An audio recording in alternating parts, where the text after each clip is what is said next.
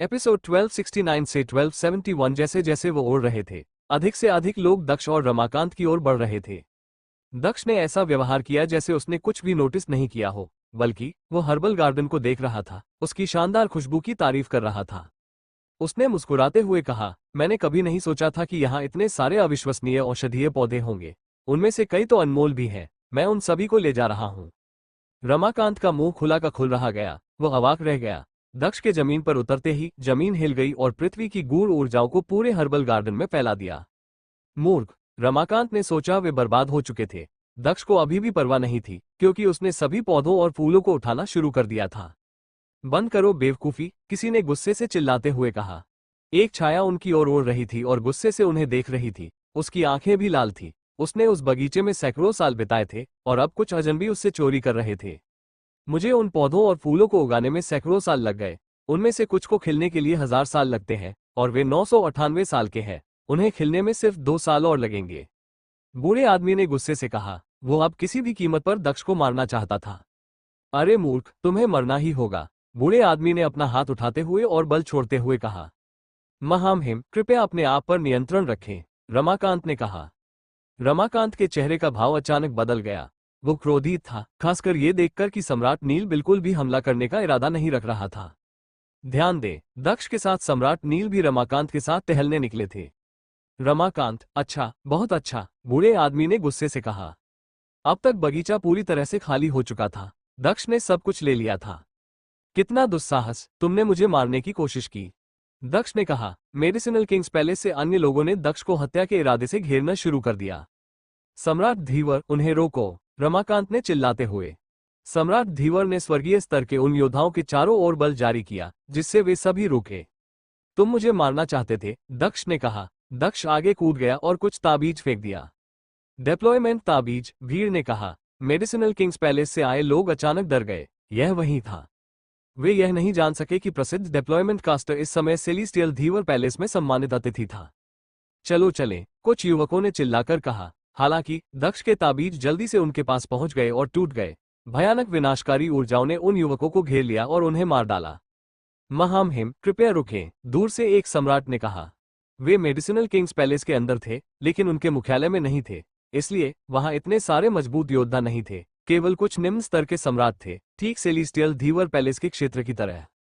चाचा नील, चलो उन्हें मार देते हैं।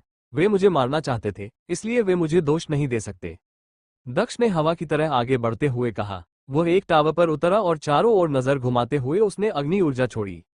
सम्राट, जो अभी अभी आया था, अवाक रह गया। सम्राट नील उसे कुछ भी करने से रोक रहा था, क्योंकि दक्ष ने तबाही मचा दी थी, सब कुछ आग लगा दी थी। जब उसे निजी उद्यान मिले तो उसने पौधे और फूल भी उठाए। कुछ ही देर में कई जगहें जलने लगी। एक सम्राट अचानक इमारत से बाहर निकला और उसने आग देखी। वो तुरंत क्रोधित हो गया और चिल्लाते हुए कहा, मेडिसिनल किंग्स पैलेस को आग लगाने की हिम्मत किसने की? दक्ष ने चारों ओर नजर घुमाई और शक्तिशाली ऊर्जा को दूर से आते देखा। वो हवा की तरह आगे बढ़ा और रमाकांत के पास उड़ गया। वे लोग बहुत हिंसक हैं, रमाकांत, तुम्हें मुझे बताना चाहिए था, नहीं तो मैं यहाँ नहीं आता, दक्ष ने उदासीनता से कहा। दक्ष आया था, उसने पौधे और फूल चुरा लिए थे और अब उसने उनके इलाके में आग लगा दी थी। एक सम्राट को तो रमाकांत ने मार भी डाला था, दूसरा हिल भी नहीं पा रहा था क्योंकि सम्राट धीवर उसे दबाव में दबाए हुए था। रमाकांत अवाक रह गया। उसने ऐसा क्या किया था जिसके लिए उसे ये सब सहना पड़ा? उसने दक्ष को चेतावनी दी थी कि यह मेडिसिनल किंग्स पैलेस है, लेकिन दक्ष फिर भी वहां जाना चाहता था। सेलिस्टियल धीवर पैलेस से रमाकांत, अच्छा, बहुत अच्छा, मेडिसिनल किंग्स पैलेस इसे याद रखेगा, सम्राट ने ठंडे तरीके से कहा। जब उसने देखा कि एक मध्यम स्तर का सम्राट वहां था, तो उसने जल्दीबाजी में काम नहीं किया, खासकर दक्ष की सामाजिक स्थिति को देखते हुए। रमाकांत बहुत क्रोधित था। वो कहना चाहता था कि इसका सेलिस्टियल धीवर पैलेस से कोई लेना देना नहीं है, लेकिन वो दक्ष के सामने ऐसा नहीं कर सका। अंकल नील, रमाकांत, चलो वापस चलते हैं। रमाकांत, अगली बार मुझे याद दिलाना मत भूलना कि मैं यहाँ नहीं आ सकता, दक्ष ने कहा। रमाकांत का दिल धड़क उठा, लेकिन वे चले गए। मेडिसिनल किंग्स पैलेस से आई भीड़ ने उनका पीछा नहीं किया, भले ही वे ऐसा करने के अलावा और कुछ नहीं चाहते थे।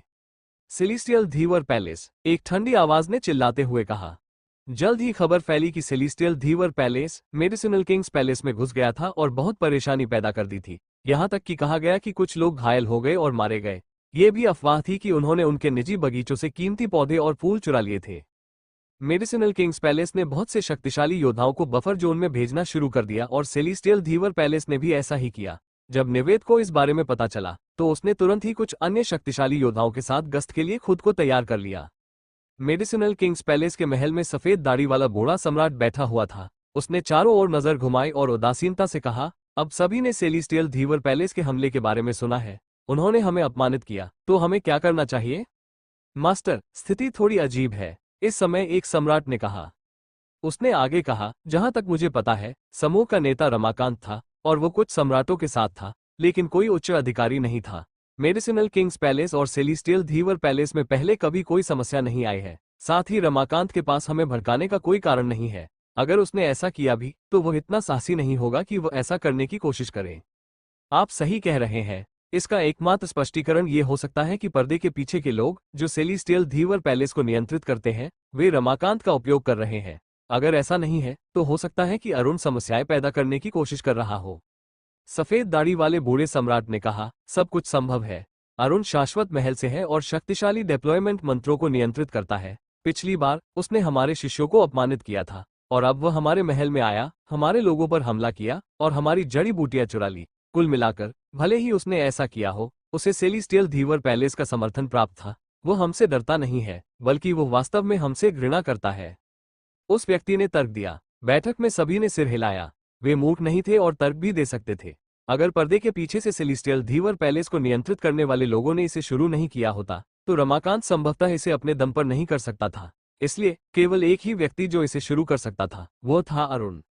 बूम! सफेद दाढ़ी वाले सम्राट ने अपनी मुट्ठी से मेज पर जोर से प्रहार किया। फिर उसने कहा, अरुण पागल है, लेकिन चाहे ये सेलेस्टियल धीवर पैलेस की गलती हो या अरुण की, मुझे परवाह नहीं है। सेलेस्टियल धीवर पैलेस इसके लिए जिम्मेदार है। सबने सिर हिलाया। सेलेस्टियल धीवर पैलेस का गुप्त रूप से निरीक्षण करें और जो कुछ भी आपको मिले उसके बारे में हमें सूचित करें। 3 दिनों में हम सेलेस्टियल धीवर पैलेस का दौरा करेंगे। सफेद दाढ़ी वाले बूढ़े व्यक्ति ने कहा। वे इस सब में अरुण की भूमिका को नहीं भूलेंगे। सेलेस्टियल धीवर पैलेस। इसी समय सेलेस्टियल धीवर पैलेस में एक हॉल में कई शक्तिशाली योद्धा इकट्ठा हुए थे, जिनमें निवेद भी शामिल था, जो सबके सामने उदास चेहरे के साथ बैठा था। अब वो उन घटनाओं की कीमत चुका रहा था।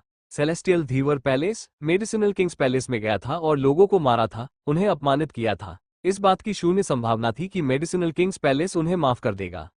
रमाकांत को अच्छी तरह से पता था कि उसे उन चीजों की जिम्मेदारी उठानी होगी।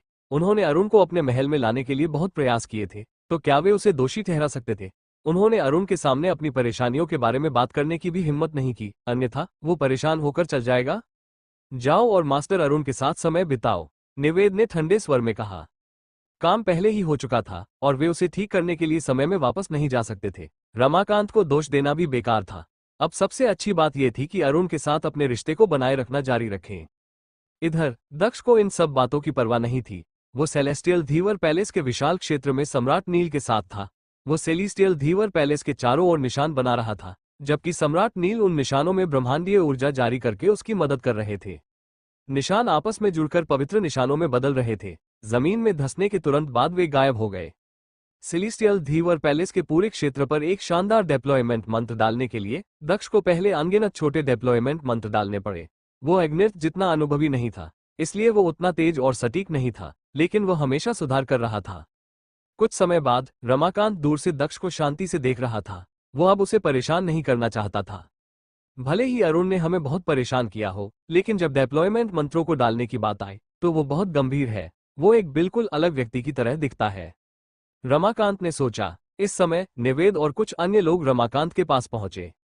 रमाकांत बात करने जा रहा था, लेकिन निवेद ने दक्ष को देखते हुए अपना हाथ उठाया और कहा, मैंने सुना है कि जब आप डेप्लॉयमेंट मंत्रों को डालते हैं तो आप निशान बनाते समय एक भी गलती नहीं कर सकते, अन्यथा यह मंत्र की समग्र दक्षता को प्रभावित करेगा। इसके अलावा जब आप एक महान डेप्लॉयमेंट मंत्र डालते हैं तो आपको अनगिनत छोटे डेप्लॉयमेंट मंत्रों को डालना पड़ता है। उन लोगों की ताकत उनकी एकाग्रता पर निर्भर करती है। वे आमतौर पर साधना का अभ्यास करने में भी बहुत अच्छे होते हैं। यह इस वजह से है कि कुछ समूह है जो प्राचीन काल से है जो डेप्लॉयमेंट मंत्र डालने में माहिर है। आप लगभग दावा कर सकते हैं कि वे लोग प्रबुद्ध हैं। सभी ने निवेद की बात सुनी और फिर दक्ष को प्रशंसा से देखा। वो बहुत छोटा था और वो पहले से ही डेप्लॉयमेंट मंत्रों को डालने में बहुत अच्छा था। एक उज्जवल भविष्य उसका इंतजार कर रहा था। उसे ध्यान से देखो और उससे सीखने की कोशिश करो, निवेद ने भीड़ से कहा। सभी ने जवाब में सिर हिलाया। दक्ष ने 3 दिन तक बिना रुके निशान तराशना जारी रखा। उसके आसपास की भीड़ बस देखती रही। उसकी केंद्रित और सावधानीपूर्वक नक्काशी से मंत्रमुग्ध होकर मास्टर अरुण बिल्कुल वैसा ही व्यक्ति था जैसा कि निवेद ने बताया था। उसने किसी भी चीज को अपना ध्यान भटकाने नहीं दिया। उसने इधर उधर देखने के लिए अपना सिर भी नहीं उठाया। सम्राट नील भी मन ही मन आश्चर्यचकित था। दक्ष 3 दिन और 3 रातों से निशान बना रहा था, इसलिए वो अंतिम उत्पात को देखने के लिए इंतजार नहीं कर सकता था। सम्राट नील को अब और भी अधिक लगा कि वो दक्ष जितना प्रतिभाशाली नहीं था। अंत में दक्ष ने सेलेस्टियल धीवर पैलेस के सबसे मध्य भाग में अंतिम निशान बनाया। उसके चारों ओर सभी अदृश्य निशान आपस में जुड़ गए थे। हो गया, दक्ष ने कहा। दक्ष ने अपने हाथ निशानों पर रखे और अचानक वे शानदार ढंग से चमकने लगे। कुछ ही समय में पूरा सेलेस्टियल धीवर पैलेस का क्षेत्र चमकने लगा। ब्रेक, दक्ष ने कहा। आसमान में एक विशाल शब्द प्रकट हुआ। ब्रेक। रमाकांत उस ताकत से चकित था। मुझे आश्चर्य है कि डिप्लॉयमेंट का यह मंत्र कितना शक्तिशाली है, रमाकांत ने सोचा। 3 दिन और 3 रातों का प्रयास। आप सही कह रहे थे मास्टर निवेद। भले ही मास्टर अरुण एक डिप्लॉयमेंट कास्टर ना हो, वह एक अविश्वसनीय योद्धा होगा। सम्राट धर्वेश ने आह भरते हुए कहा। कई सम्राट वहां एकत्रित हुए थे। वे हमले की तैयारी कर रहे थे। उन्होंने मेडिसिनल किंग्स पैलेस को अपमानित किया था, इसलिए ये केवल समय की बात थी कि उन्हें अपना बदला मिल जाए। मिशन सफलतापूर्वक पूरा हो गया। डिप्लॉयमेंट मंत्र एक जबरदस्त सफलता है, दक्ष ने रमाकांत और अन्य लोगों के सामने उतरते हुए और मुस्कुराते हुए कहा। मास्टर अरुण, आपने हमारी ओर से बहुत प्रयास किए हैं, धन्यवाद। रमाकांत ने मुस्कुराते हुए कहा। दक्ष का डिप्लॉयमेंट मंत्र निश्चित रूप से भयानक होगा। यदि अरुण भविष्य में सम्राट बन जाता है और फिर शाश्वत महल के नेताओं में से एक बन जाता है, जबकि सेलेस्टियल धीवर पैलेस उसे अपना मित्र मानता है, तो उन्हें मेडिसिनल किंग्स पैलेस या ड्रैगन रिज माउंटेन के बारे में कभी भी चिंता करने की आवश्यकता नहीं होगी। तुमने मेरे लिए इतना कुछ किया, इसलिए इसे ज्यादा कुछ नहीं माना जा सकता। सेलेस्टियल धीवर पैलेस को खुश करना मेरा कर्तव्य है, दक्ष ने शानदार तरीके से मुस्कुराते हुए कहा। सेलेस्टियल धीवर पैलेस ने उसके लिए इतना कुछ किया था। इस समय सेलेस्टियल धीवर पैलेस के एक सम्राट ने दूर तक देखते हुए अपनी भौहें सिकोड़ी। दक्ष ने भी पलटकर देखा और लोगों को बादलों के ऊपर उड़ते हुए देखा। वो शैतानी ढंग से मुस्कुराया। आखिरकार सही समय आ गया। दक्ष ने भी पलटकर देखा और लोगों को बादलों के ऊपर उड़ते हुए देखा। वो शैतानी ढंग से मुस्कुराया। आखिरकार सही समय आ गया। मेडिसिनल किंग्स पैलेस से लोग यहाँ हैं, किसी ने कहा। सेलेस्टियल धीवर पैलेस में सभी ने डर से कांपते हुए अपने सिर उठाए। मेडिसिनल किंग्स पैलेस उन पर हमला करने वाला था। आप यहाँ क्या कर रहे हैं प्यारे दोस्तों, निवेद ने दूर से भीड़ से पूछा। इस बार मेडिसिनल किंग्स पैलेस के लोग खुश नहीं दिख रहे थे, लेकिन कोई बात नहीं, उन्हें पहले विनम्र रहना था। निवेद, तुम्हें पता होना चाहिए कि क्या हो रहा है, तो फिर पूछना ही क्यों? मेडिसिनल किंग्स पैलेस से समूह के नेता ने पूछा। ये सफेद दाढ़ी वाला बूढ़ा सम्राट था। उसने अपने हाथ हिलाए और लाखों बैले दिखाई दिए, जो फिर तलवारों की तरह तीखी हो गई और तुरंत सेलेस्टियल धीवर पैलेस की सभी इमारत को घेर लिया। एक झटके में इमारतें ढहने लगी और मलबे में तब्दील हो गई। उन इमारतों के अंदर मौजूद लोग घबराकर भागने लगे। मेडिसिनल किंग्स पैलेस ने बहुत ज्यादा लोगों को नहीं भेजा था, लेकिन वे सभी शक्तिशाली सम्राट थे। सफेद दाढ़ी वाला सम्राट अकेला ऐसा नहीं था जिसने हमला किया। अन्य लोगों ने भी हमला शुरू कर दिया और अनगिनत इमारतों को नष्ट कर दिया। चलो लड़ें, निवेद ने कहा। निवेद कुछ और कहना चाहता था, लेकिन उसने चारों ओर नजर घुमाई और सेलेस्टियल धीवर पैलेस के अनगिनत सदस्यों को खून से लथपथ और उड़ते हुए देखा। निवेद आगे कूद गया और रोशनी आसमान की ओर बढ़ गई। वो सफेद दाढ़ी वाले सम्राट पर हमला कर रहा था। सेलेस्टियल धीवर पैलेस के अन्य सम्राटों ने भी हमला करना शुरू कर दिया। दक्ष आसमान में खड़ा होकर आराम से लड़ाई देख रहा था। सब कुछ वैसा ही हो रहा था जैसा उसने सोचा था। बेशक चीजें खत्म नहीं हुई थी, ये तो बस शुरुआत थी। भले ही वे पहले से ही एक शानदार लड़ाई कर रहे थे, लेकिन दक्ष के लिए ये काफी नहीं था। उसे उम्मीद थी कि लड़ाई अगले स्तर तक बढ़ेगी। भले ही दक्ष युद्ध में शामिल नहीं हुआ, लेकिन किसी ने उसे मारने की कोशिश नहीं की। आखिरकार वो शाश्वत महल से एक महान डिप्लॉयमेंट कास्टर था। उस पर हमला करने से शाश्वत महल के सभी लोग क्रोधित हो सकते थे, जिसके परिणाम स्वरूप अनगिनत परिणाम हो सकते थे। सेलेस्टियल धीवर पैलेस के लोग विभिन्न प्रकार की ब्रह्मांडीय ऊर्जाओं का उपयोग करते हैं, जबकि मेडिसिनल किंग्स पैलेस के मजबूत योद्धा कीमती वस्तुओं का उपयोग करते हैं और जड़ी बूटियों और पौधों की मार्शल स्पिरिट को सक्रिय कर सकते हैं। कितना दिलचस्प है, दक्ष ने सोचा। उसने मेडिसिनल किंग्स पैलेस से एक मजबूत योद्धा को देखा, जिसकी मार्शल स्पिरिट एक सफेद पौधा थी, जो अपने साथी सेनानियों के चारों ओर सफेद रोशनी फैला रहा थी और उन्हें ठीक कर रही थी। मास्टर निवेद, अगर आपको मेरी मदद की जरूरत है तो बस पूछ ले। सेलेस्टियल धीवर पैलेस मेरे लिए बहुत दयालु रहा है, इसलिए अगर जरूरत पड़ी तो मैं उन्हें बाहर निकालने की पूरी कोशिश करूंगा, दक्ष ने निवेद से कहा। वो खुद से हमला नहीं करना चाहता था, क्योंकि अगर निवेद ने उसे हमला करने के लिए कहा तो इस तरह वे बात की जिम्मेदारियां उठाएंगे। अगर हमें आपकी जरूरत होगी तो मैं आपको बता दूंगा, मास्टर अरुण। निवेद ने दूसरे योद्धा पर हमला करते हुए कहा। उसका हाथ एक सुनहरी रोशनी में बदल गया, जो आसमान को चीरती हुई जा रही थी। दक्ष ने पहले भी सम्राटों की लड़ाई देखी थी, लेकिन यह उससे कहीं ज्यादा प्रभावशाली था, क्योंकि ये सम्राट ज्यादा शक्तिशाली थे और उनमें और भी ज्यादा भयानक मार्शल स्पिरिट्स, ईश्वरीय जागरूकता शक्ति, ब्रह्मांडीय ऊर्जाएं और पवित्र निशान थे। उन सभी सम्राटों के पास अलग अलग शक्तियां, अलग अलग युद्ध शैली और अलग अलग हमले थे। नहीं, किसी ने चिल्लाते हुए कहा। अंततः सेलेस्टियल धीवर पैलेस का एक सम्राट मर गया। ब्रह्मांडीय ऊर्जाओं ने उसके शरीर को नष्ट कर दिया और वो एक भयानक चीख के साथ गायब हो गया। मेडिसिनल किंग्स पैलेस, अच्छा, बहुत अच्छा, निवेद ने कहा। उसने कहा, मास्टर अरुण, कृपया मदद करें। उनके कुछ सम्राट अब मर रहे थे और निवेद उन्हें बचाने के लिए ज्यादा कुछ नहीं कर सकता था। ठीक है, दक्ष ने कहा। दक्ष मुस्कुराया और क्षेत्र के केंद्र में कूद गया। उसने सेलेस्टियल धीवर पैलेस के सभी सम्राटों से कहा, हर कोई मेरे बगल में आओ। चलो, निवेद ने जोर से चिल्लाते हुए कहा। तुरंत सभी सम्राट दक्ष के पास उड़ गए। दक्ष ने सम्राट नील की ओर सिर हिलाया और सम्राट नील अचानक आगे कूद गए, जिससे कुछ सम्राटों की जान बच गई, जो तेजी से आगे नहीं बढ़ पा रहे थे। जैसे ही वे भागे, मेडिसिनल किंग्स पैलेस से आए योद्धाओं ने उनका पीछा किया। ऐसा लग रहा था कि अरुण एक डिप्लॉयमेंट मंत्र को सक्रिय करना चाहता था, इसलिए उन्हें कुछ करना पड़ा। अगर वे बहुत करीब आ जाएं, तो हमारे आसपास ही रहो और उन्हें लात मारो, दक्ष ने उदासीनता से कहा। उसने अपने हाथ ऊपर उठाए और अचानक भयानक निशान चमकने लगे। एक फ्लैश के साथ सेलेस्टियल धीवर पैलेस का पूरा क्षेत्र चमक उठा, विनाशकारी ऊर्जाएं उभरने लगीं। चलो चलें, हवा में उठो और अपना बचाव करो, सफेद दाढ़ी वाले सम्राट ने चिल्लाते हुए कहा। एक पल पहले सफेद दाढ़ी वाले सम्राट को ज्यादा परवाह नहीं थी, क्योंकि दक्ष उनके लिए कोई खतरा नहीं था। हालांकि अब वो महसूस कर सकता था कि ऊर्जाओं से घुटन देने के लिए पर्याप्त थी। मरो, दक्ष ने कहा। इसके साथ ही पृथ्वी और आकाश हिंसक रूप से हिलने लगे, क्योंकि ब्रह्मांडीय ऊर्जा संघनित हो गई। डिप्लॉयमेंट मंत्र के केंद्र से एक प्रकाश किरण निकली। क्या ये डिप्लॉयमेंट मंत्र वास्तव में स्वर्गीय स्तर के एक योद्धा द्वारा डाला गया था? भीड़ ने डिप्लॉयमेंट मंत्र की शक्ति को महसूस करते हुए कहा। आह! एक भयानक चीख सुनाई दी। मेडिसिनल किंग्स पैलेस से एक शक्तिशाली योद्धा प्रकाश की किरण से टकराया और तुरंत ही विस्फोट हो गया। सम्राट नील भी कांप रहा था। वो डिप्लॉयमेंट मंत्र वास्तव में शाश्वत आकाशीय सम्राट के 3000 महान डिप्लॉयमेंट मंत्रों में से एक था। लेकिन दक्ष ऐसा जादू कैसे कर सकता था?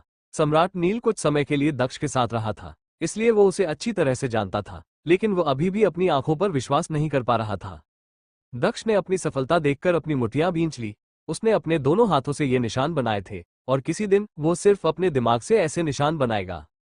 दक्ष ने अपने डिप्लॉयमेंट मंत्र की शक्ति को कम करके आंका था। भाग्य के बीजों की मदद से उसका डिप्लॉयमेंट मंत्र उसकी कल्पना से भी अधिक भयानक था। निवेद ने दक्ष की ओर देखा। वो आश्चर्यचकित था और उसने सोचा, हमें उस आदमी के लिए कुछ भी करना चाहिए।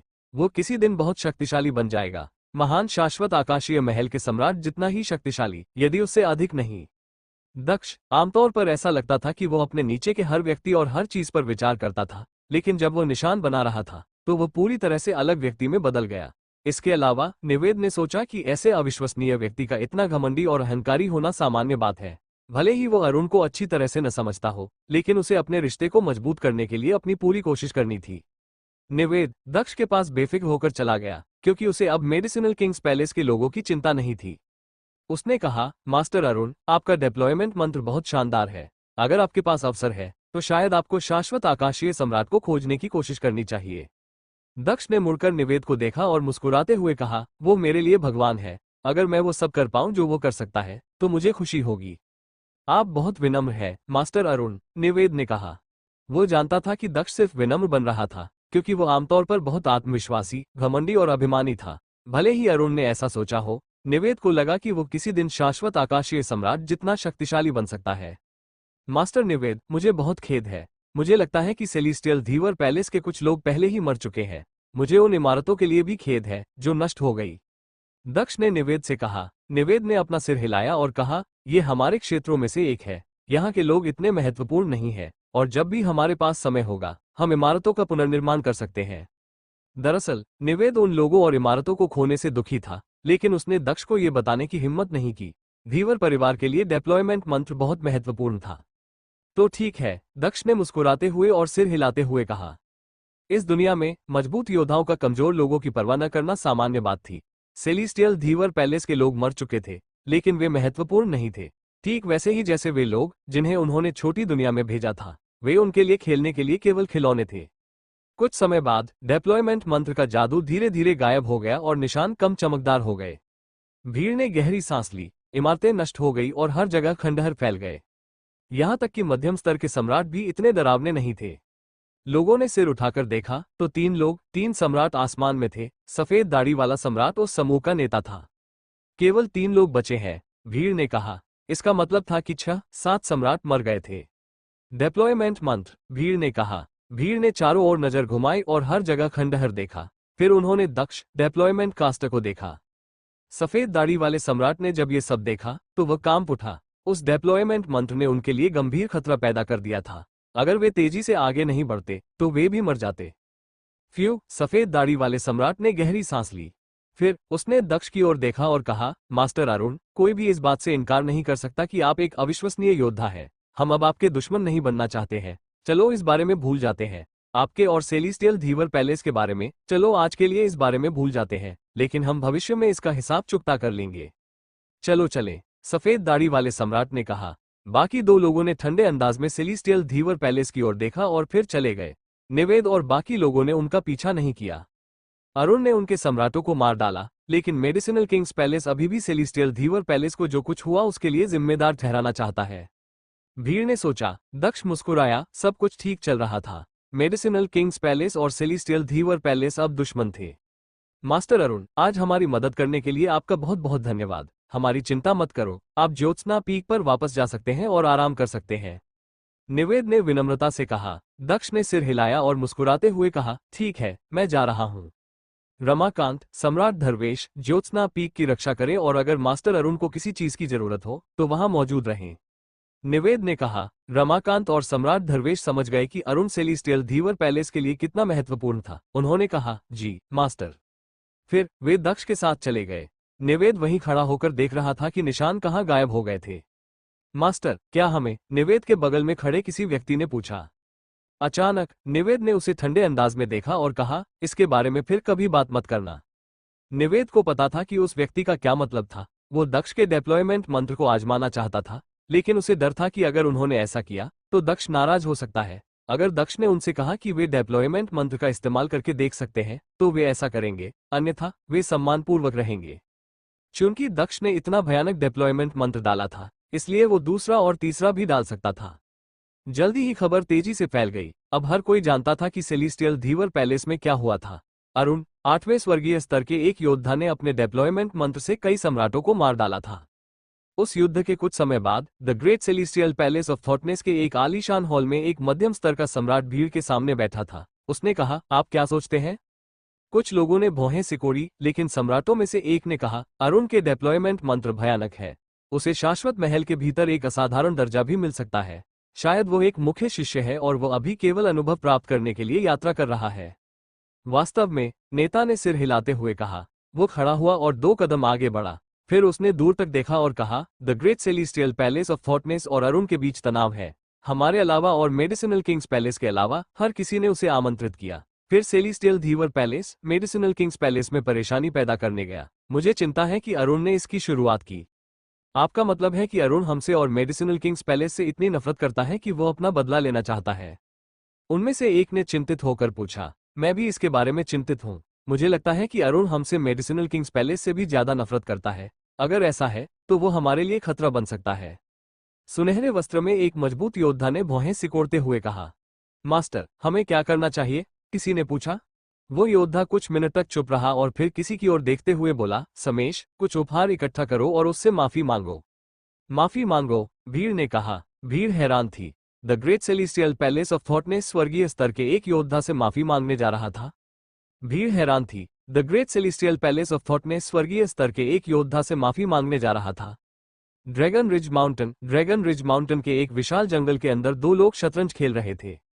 भाई दुष्यंत, आप शतरंज ऐसे खेलते हैं जैसे कि आप डिप्लॉयमेंट मंत्र डाल रहे हो। आप आलोचना के लिए कोई जगह नहीं छोड़ते। मैं खुद को हीन महसूस करता हूँ।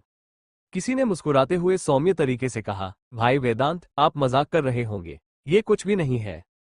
भाई दुष्यंत नामक दूसरे व्यक्ति ने अपना सिर हिलाते हुए और मुस्कुराते हुए कहा, अगर आप कहते हैं कि शाश्वत महल के डिप्लॉयमेंट मंत्र शक्तिशाली नहीं है, तो मैं, वेदांत, नहीं जानता कि शक्तिशाली का क्या मतलब है। सम्राट वेदांत ने मुस्कुराते हुए कहा। उसने आगे कहा, मैंने एक ऐसे युवक के बारे में सुना है जो डिप्लॉयमेंट मंत्रों को डालने में माहिर है। 8वें स्वर्गीय स्तर की ताकत के साथ उसने अकेले ही 7 सम्राटों को मार डाला, यहाँ तक कि कुछ मध्यम स्तर के सम्राट भी उससे डरते हैं। क्या आप जानते हैं कि वो कौन है और वो 9 महान दिव्य महलों में क्यों आया है? 8वां स्वर्गीय स्तर, उसने 7 सम्राटों को मार डाला। मध्यम स्तर के सम्राट उससे डरते हैं, क्या सच में? दुष्यंत ने भौहें सिकोड़ते हुए कहा, बेशक, ये कल ही हुआ। यहाँ खबर जल्दी फैलती है। वेदांत ने सिर हिलाते हुए कहा, गूढ़ ऊर्जाओं का उपयोग करके इस तरह के विस्फोटक डिप्लॉयमेंट मंत्रों को डालना असंभव है।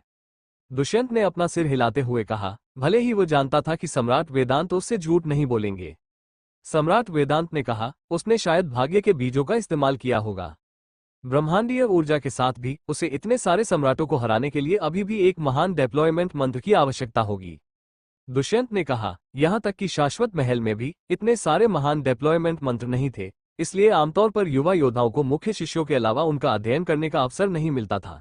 इसके अलावा शाश्वत महल में केवल 2 युवा योद्धा थे जो स्वर्गीय स्तर की ताकत के साथ मध्यम स्तर के सम्राटों के लिए खतरा पैदा कर सकते थे, हालांकि उन्हें वहां नहीं होना चाहिए था। भाई वेदांत, क्या आप उसका नाम जानते हैं? क्या आप जानते हैं कि वो कहाँ है? दुष्यंत ने सम्राट वेदांत से पूछा। जाहिर है, उस डिप्लॉयमेंट कास्टर का नाम अरुण है और वो इन दिनों सेलिस्टियल धीवर पैलेस के इलाके में रह रहा है। सम्राट वेदांत ने दुष्यंत को देखकर मुस्कुराते हुए कहा। दुष्यंत हैरान था, सेलिस्टियल धीवर पैलेस के अंदर? अरुण, अरुण, दुष्यंत ने फुसफुसाते हुए कहा। भले ही वो शाश्वत महल के पदानुक्रम में बहुत ऊंचा नहीं था, लेकिन वो सबसे उत्कृष्ट युवा लोगों के नाम जानता था। ऐसा कोई राक्षसी रूप से मजबूत युवक नहीं हो सकता था जिसके बारे में उसने पहले ना सुना हो, और फिर भी उसने अरुण के बारे में पहले नहीं सुना था। भाई वेदांत, मैं उनसे व्यक्तिगत रूप से मिलने के लिए सेलिस्टियल धीवर पैलेस जा रहा हूँ। मैंने कभी नहीं सोचा था कि कुछ इतना दिलचस्प होगा। दुष्यंत ने मुस्कुराते हुए कहा। वो शर्मिंदा लग रहा था क्योंकि उसने कभी भी शाश्वत महल से ऐसे मजबूत शिष्य के बारे में नहीं सुना था। उसे डर था कि सम्राट वेदांत उसके ज्ञान की कमी के कारण उसका तिरस्कार करेंगे। ओह, सम्राट वेदांत ने कहा। जब सम्राट वेदांत ने दुष्यंत का चेहरा देखा तो वो मुस्कुराया और सिर हिलाते हुए कहा, ठीक है, आप लंबे समय से सेलिस्टियल धीवर पैलेस नहीं गए हैं, लेकिन भाई दुष्यंत, आप अभी वापस आए हैं, इसलिए आपको आराम करना चाहिए। आप कल जा सकते हैं। इसके अलावा मैं आपके साथ जाने के लिए कुछ लोगों को भेजूंगा। अगर यह संभव हुआ तो हम उन्हें ड्रैगन रिज माउंटेन पर भी आमंत्रित करेंगे। यह एक योजना की तरह लगता है। धन्यवाद, दुष्यंत ने कहा। वो जल्दी में नहीं था। वो सेलिस्टियल धीवर पैलेस के प्रत्यक्ष वंश से संबंधित था और वो बहुत प्रतिभाशाली था। यही कारण था कि वो ड्रैगन रिज माउंटेन में एक योद्धा बन गया था, और फिर क्योंकि उसके डिप्लॉयमेंट मंत्र काफी अच्छे थे, उसे शाश्वत महल द्वारा भी स्वीकार कर लिया गया था। ड्रैगन रिज माउंटेन ने अपने योद्धाओं को दूसरे समूहों में शामिल होने से नहीं रोका। आखिरकार, अगर लोग प्रतिभाशाली थे तो उनके लिए लगातार साधना अभ्यास के लिए बेहतर स्थान की तलाश करना सामान्य बात थी। अगर ड्रैगन रिज माउंटेन ने उन्हें जाने से रोका होता तो ये लंबे समय में उन्हें नुकसान पहुंचा सकता था।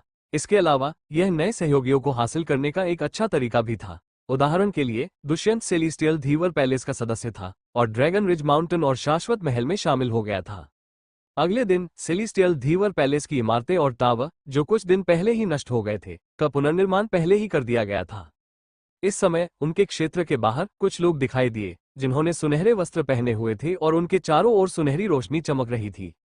हम the great celestial palace of थॉटनेस से हैं और हम यहाँ सेलिस्टियल धीवर पैलेस का अभिवादन करने आए हैं, लक्षित ने ऊंची आवाज में कहा। थोड़ी देर बाद रमाकांत प्रकट हुए और मुस्कुराते हुए बोले, भाई लक्षित, आप यहाँ क्यों आए? हम मास्टर अरुण को नमस्ते कहने आए हैं। हमें उम्मीद है कि आप उन्हें बता सकेंगे कि हम आए हैं। लक्षित ने विनम्रता से मुस्कुराते हुए कहा। रमाकांत को समझ में आ गया कि वे क्या चाहते हैं। The great celestial palace of thoughtness और अरुण के बीच तनाव था, इसलिए वे इसे हल करने के लिए आए थे।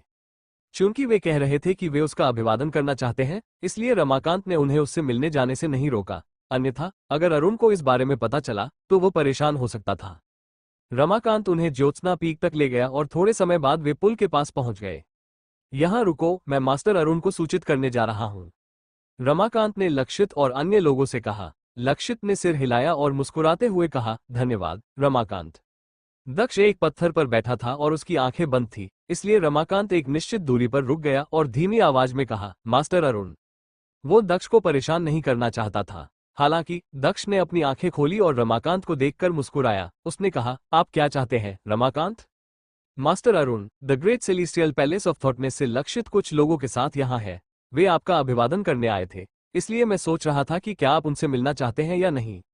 रमाकांत ने कहा। लक्षित, दक्ष ने कहा। दक्ष ने दिलचस्पी दिखाई और उदासीनता से मुस्कुराया। लक्षित ने दक्ष को तुच्छ जाना। उसने उससे यहाँ तक कहा था कि वो योद्धा कहलाने के लायक नहीं है और अब वो अभिवादन करने आया है। उनसे कहो कि वे आएं, दक्ष ने मुस्कुराते हुए कहा। रमाकांत ने सिर हिलाया और थोड़ी देर बाद लक्षित और अन्य लोग आ गए। ये पहली बार था जब लक्षित ने दक्ष को उसके मुखौटे के साथ देखा था। जैसा कि अपेक्षित था, डिप्लॉयमेंट कास्टर का चेहरा थोड़ा पीला था, जिससे वो बीमार लग रहा था। वो 8वें स्वर्गीय स्तर तक पहुंच गया था और वह सामान्य दिख रहा था, लेकिन अंत में वो एक अत्यधिक शक्तिशाली डिप्लॉयमेंट कास्टर था। The great celestial palace of थॉटनेस से लक्षित, हम आपको बधाई देने आए हैं मास्टर अरुण। लक्षित ने बहुत विनम्रता से कहा। भले ही उसे ये कहने में अच्छा नहीं लगा, लेकिन उसके समूह के बुजुर्गों ने उसे ऐसा करने के लिए कहा था और वो मना नहीं कर सका।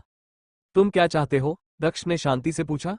The great celestial palace of thoughtness और आपके बीच कुछ अप्रिय बातें हुई है और यह हमारी गलती है। हमें उम्मीद है कि आप हमें माफ कर देंगे। मैं the great celestial palace of थॉटनेस के नाम पर माफी मांगने आया हूँ, लक्षित ने कहा। लक्षित दक्ष के पास गया और उसे एक अंगूठी दी। दक्ष ने अंगूठी ले ली, फिर लक्षित की ओर देखा। दक्ष ने अंगूठी का निरीक्षण किया। उसका निरीक्षण करने के बाद वो उदासीनता से मुस्कुराया।